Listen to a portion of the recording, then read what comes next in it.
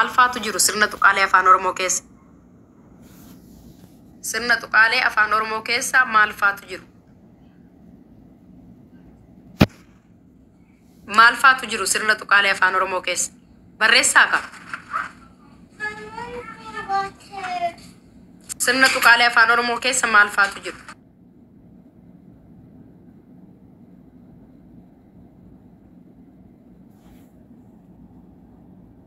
Ma tokko yeroo barreessinu tuqaalee kanneen itti dabaluu qabnaa jechuudha. Akkaataa itti fayyadama hima isaatti. Hima kam keessayyuu immoo miti kan nuti galchuu qabnu. Hima kam keessayyuu immoo miti kan nuti galchuu qabnu. Tuqaaleen kunneen eessatti akka isaan nu fayyadan walii wajjiniin ilaala. Tuqaalee kanneen eessatti akka isaan galan, eessatti galchuu akka qabnu, himoota akkamiirratti galchuu akka qabnu walii wajjin ilaallaa jechuudha.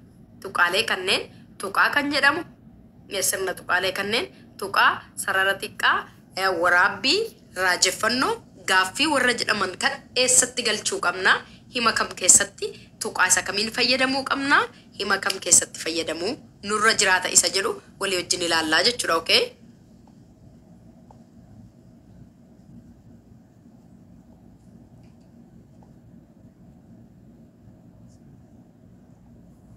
Okay, tuqaa ilaalla. Tuqaa ni argamaa mi? Tuqaa. Tuqaani maalidha? Tuqaani ishee kanadha. Mallattoo kanaa jechuudha tuqaan. Dhiifama.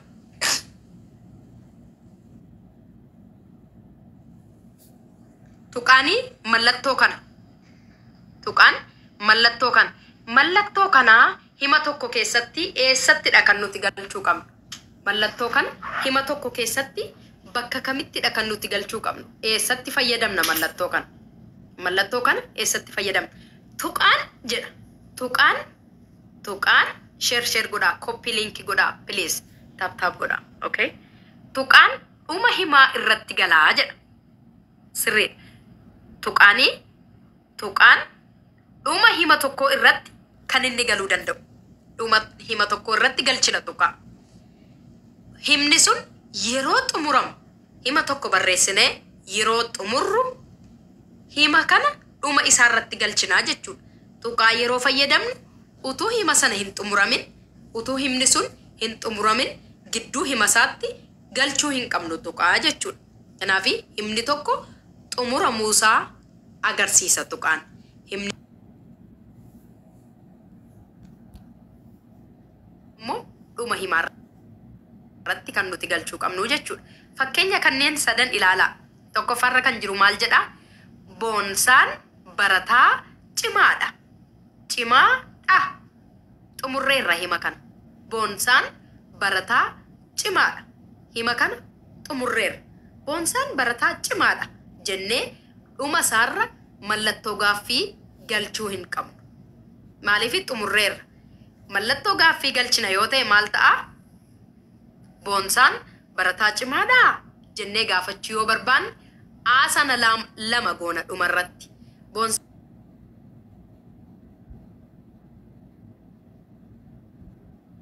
Himni sun hima gaaffii akka inni ta'u goonaa jechuudha. Kuni garuu tuqaa yoo ta'e garuu boonsaan barataa cimaadha. Tuqaadha. Lammaffaarra kan jiru hawwiin magaalaa deemte. Hawwiin magaalaa deemte. Eessa deemte hawwiin? Magaalaa deemte. Hawwiin, thank you Onas. Hawwiin magaalaa deemte. Himni kun xumurameera. Hawwiin magaalaa jennee, hawwiin magaalaa jennee full stop yoo goone yookaan immoo tuqaa yoo goone himni sun hima xumuraa miti jechuudha. Dhumarratti leenci bosona keessa jiraata. Leenci bosona keessa jiraata. Leenci bosona keessa jiraata. xumurreerra. በጣም አመሰግናለሁ ምስራቅ። Thank you so much. Leenci bosonni sun hima xumurame miti. Kanaaf tuqaa fayyadamuu hin dandeenyu jechuudha. Kanaaf leenci bosona keessa jiraata jennee fayyadamnaa jechuudha. Kan ittaan Kadittaan tuqaan maal gochuuf nu fayyada? Tuqaan maal gochuuf nu fayyada? Gabaajee adda baasuudhaaf nu fayyada. Gabaajeen maal akka ta'e beektu? Dur baranneerra. Gabaajee. Maanni gabaajeen? Gabaajee dur baranneerra.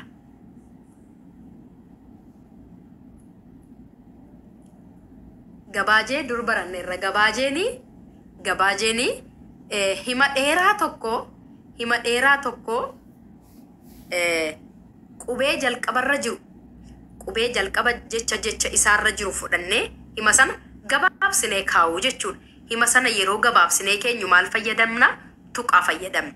Hima sana gabaabsinee yeroo keenyu tuqaa fayyadamna. Fakkeenyaaf akka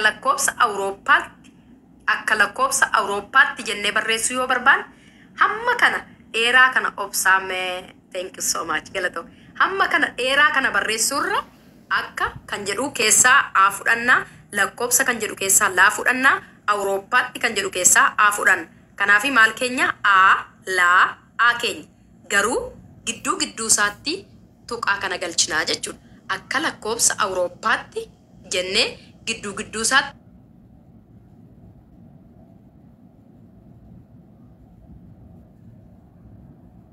tuqaa kana galchuu qabnaa jechuudha. Akka lakkoobsa Awurooppaatti.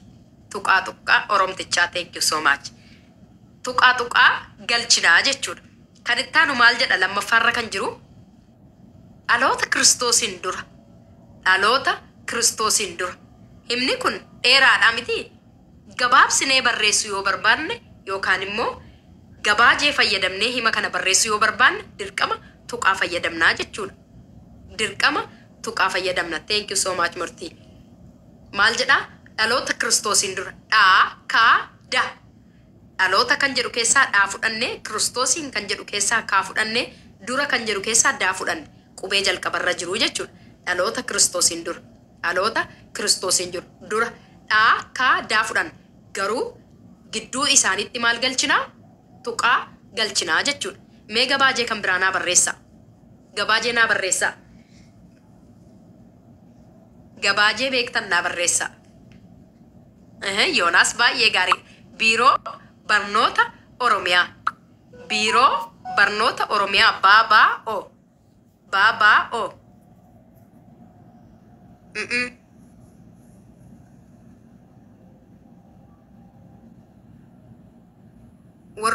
Warroonni jala jirani isaaniin hin barreessinaa. Fakkeenya warra jedhaman isaan kottoonfachiistuu jedhamu.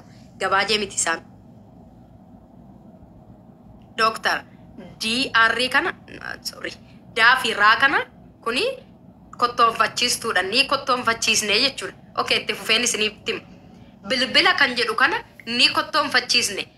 Bilbila bil jenneetu tuqaa keenya. Bil jennee laa goonee tuqaa yoo keenye himni kun jecha kottoonfataadha. Garuu bilbila jecha jedhu nuu kennaa jechuudha.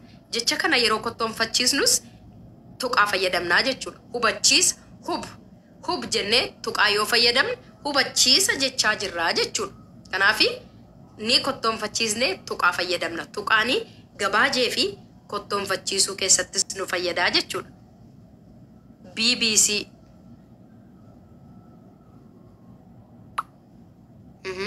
ALS baay'ee gaariidha. Isinii galeeraami. Kanaaf tuqaan maaliif nu fayyada? Himni tokko xumuramuu isaa nu agarsiisa. Xumura hima tokko irratti galchuudhaaf nu fayyada.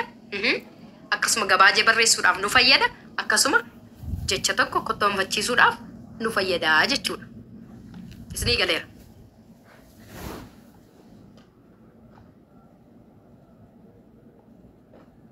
Kan itti aanu tuqaan maaliif nu fayyada? Tuqaan maaliif nu fayyada? Qarshii fi saantima adda baasuuf nu fayyada. Qarshii fi saantima adda baasuuf nu fayyada. Qarshii fi saantima yeroo lakkoobsaan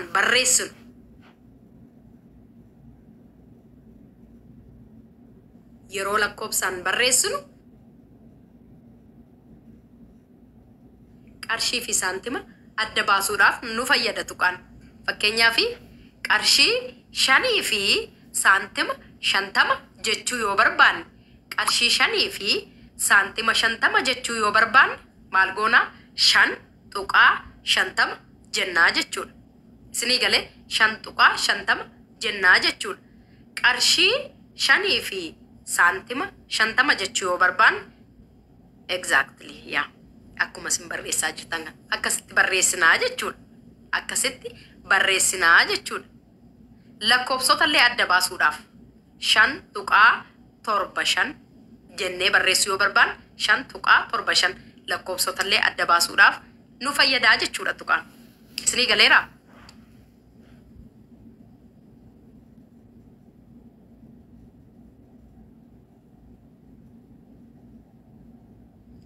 Okay. Nagaafate maal jedhee Amiir jedhee barreessuu yoon barbaade gabaajeedhaan.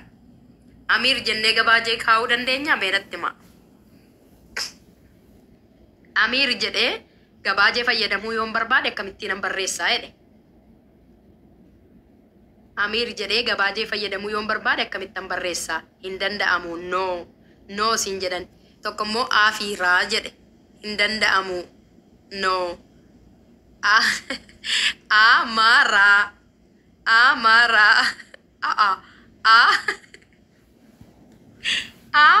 Mafira okay hin dandeenyu no siin jedhani no gabaajee kan nuti fayyadamnu hima kottoonfachiisuudhaaf hima gabaabsuudhaaf okay hima malee jecha miti. Amiiri himadha. Amiir hima miti jecha maqaadha. Amiir hima miti tokko qofadha jecha tokko qofadha. Jechoonni walitti dhufanii maal fiduu jenne hima fiduu jenne. Hima sana gabaabsuudhaaf immoo gabaajee fayyadamna. Fakkeenyaaf akkuma isin barreessitan biiroo barnoota Oromiyaa jechuu yoo barbaanne baabaa oo jenna. Biiroo barnoota Oromiyaa jechuu yoo barbaanne baabaa oo jenna. Maqaa garuu gabaajeedhaan kaa'uu hin dandeenyu. Maqaa gaafan isiniin jedhu jecha tokko gabaajeedhaan kaa'uu hin dandeenyu.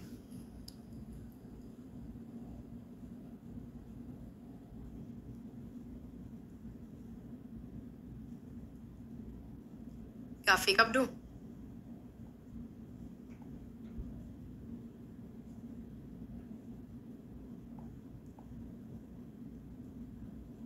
Kuni mallattoo maaliiti? Maartaa tuqlamee jedhama. Yeroo itti aanutti baranna.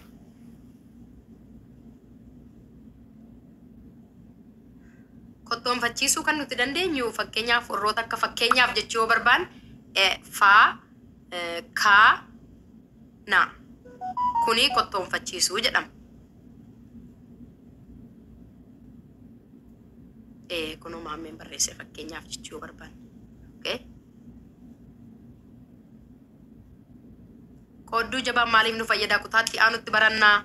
Har'a tuqaa duwwaa barannaa sa'aatiin qabu waan ta'eef okay. Gaaffii yoo qabaattan gaafadhaati hin baana tole. Dhiifamaa wajjini sa'aatiin keessan utuun ga'inan jalqabee baay'ee dhimma waan qabuuf